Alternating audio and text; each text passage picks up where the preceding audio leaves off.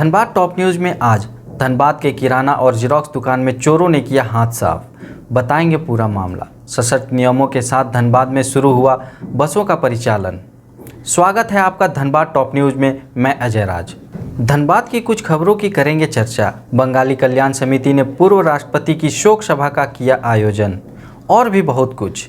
लेकिन पहले देश दुनिया का हाल। भारत सरकार ने पबजी गेमिंग ऐप समेत कुल 118 चीनी ऐप पर लगाई पाबंदी। केंद्र सरकार ने आज कैबिनेट मीटिंग में सिविल सेवाएं की मिशन कर्मयोगी समेत कई मुद्दों पर लिए फैसले। केंद्र सरकार कर्मचारियों को जनहित में करवा सकता है समय से पहले रिटायर।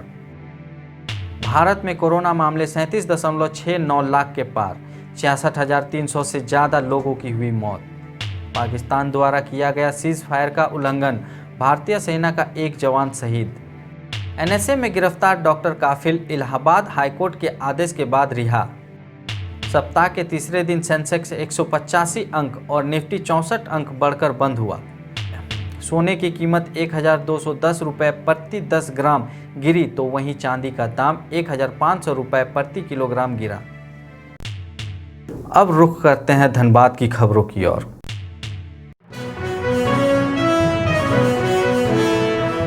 धनबाद के धनसार इलाके में मंगलवार रात चोरों ने किराना और जेरोक्स की दुकान में किया हाथ साफ। जेरोक्स दुकान के मालिक का कहना है कि दुकान से 2,000 नकद के साथ साथ कंप्यूटर, लैपटॉप, जेरोक्स मशीन और कई चीजें चोरी हुई हैं। करीब 2 लाख रुपए की संपत्ति चोरी कर चोर फरार हो गए। ये कैश काउंटर लेके गया, जो कुछ मोटा सामान था वो लेके गया इस दुकान से, ग्लासेस दुकान से, और जो लैपटॉप था, कंप्यूटर था, फोटो प्रिंटिंग था, जेरॉक्स मशीन था, वो सब इस बार लेके चला गया। पिछली बार जो घटना हुआ उसमें तो मतलब कि कैश था, इस बार ज़्यादा कैश नहीं था, 1,500-2 हज़ार रुपये हो गया कैश। बाकी सब अगर मतलब कि कंप्यूटर सिस्टम में सब सारा कुछ लेके चला गया है। टोटल मोटा सामान और लेके गया है। टोटल लगभग कितना का चोरी है? लगभग सर 1.5-2 लाख रुपये का है।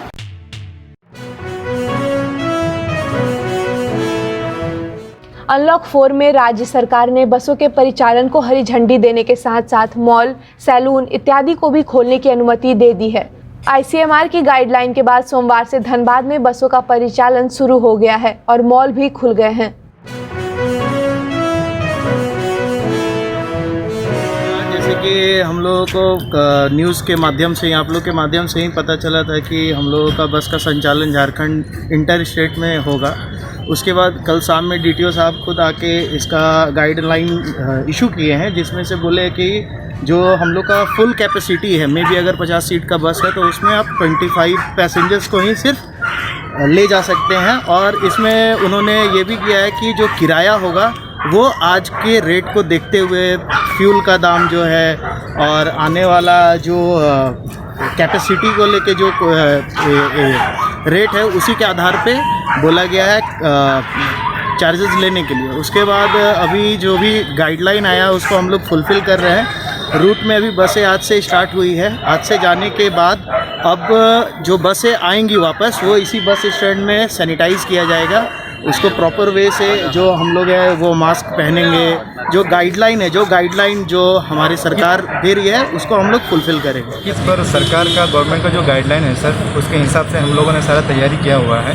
सबसे पहले जो भी कस्टमर आते हैं उनका टेम्परेचर नापा जाता है, ठीक है। उसके बाद उसको सैनिटाइजेशन किया जाता है। और उसके बाद अगर वो लगेज लेके आते हैं तो लगेज का भी सैनिटाइजेशन हम लोग व्यवस्था रखे हुए हैं। उसके बाद साथ ही साथ हम लोग आइसोलेशन सेंटर भी बनाए हुए हैं। किसी का टेम्परेचर यदि हाई आता है तो वो थोड़ा देर आइसोलेट करके फिर मॉल में एंट्री कर सकते हैं।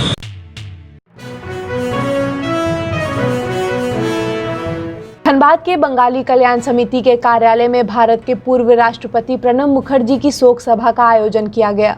इस शोक सभा में समिति के सदस्यों ने श्रद्धांजलि अर्पित करते हुए उनकी आत्मा की शांति के लिए प्रार्थना की।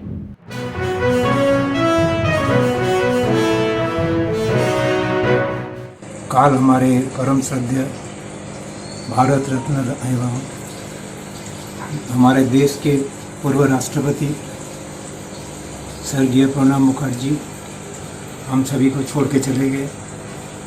आज हम बंगाली कल्याण समिति के सदस्य यहाँ पर एकत्रित हुए हैं उनको श्रद्धांजलि श्रद्धासुमन अर्पित करने के लिए। और इसके बाद हम लोग 2 मिनट कंडोलेंस भी मनाएंगे और उनको श्रद्धा अर्पण करेंगे। अब जान लेते हैं मौसम का हाल। मौसम के बदलते मिजाज ने लोगों को गर्मी से परेशान कर दिया। सुबह से ही आसमान में बादल छाए हुए थे और दिन होते होते कड़ी धूप निकल आई, जिससे तापमान में थोड़ी बढ़ोतरी देखने को मिली। मौसम विभाग के अनुसार शहर में अगले 2 दिनों में हल्की बारिश होने की संभावना है। आज का अधिकतम तापमान 31 डिग्री सेल्सियस और न्यूनतम तापमान 26 डिग्री सेल्सियस रिकॉर्ड किया गया। आप अपने आसपास की घटनाएं और समस्याओं को हमें व्हाट्सएप कर सकते हैं। हमारा व्हाट्सएप नंबर है 9334210302। चलते चलते हम आपको छोड़ दिए जाते हैं एक ऐसे दृश्य के साथ जो हर साल बारिश के मौसम में खुले मैदानों की खूबसूरती बढ़ाता है। कई लोग इसे फूल कहते हैं तो कई लोग इसे घास, कहीं कहीं तो लोग पर्व में भी इसका इस्तेमाल किया करते हैं। फिर मिलेंगे धनबाद टॉप न्यूज़ में सोमवार से शुक्रवार रात 8:30 बजे। तब तक के लिए नमस्कार।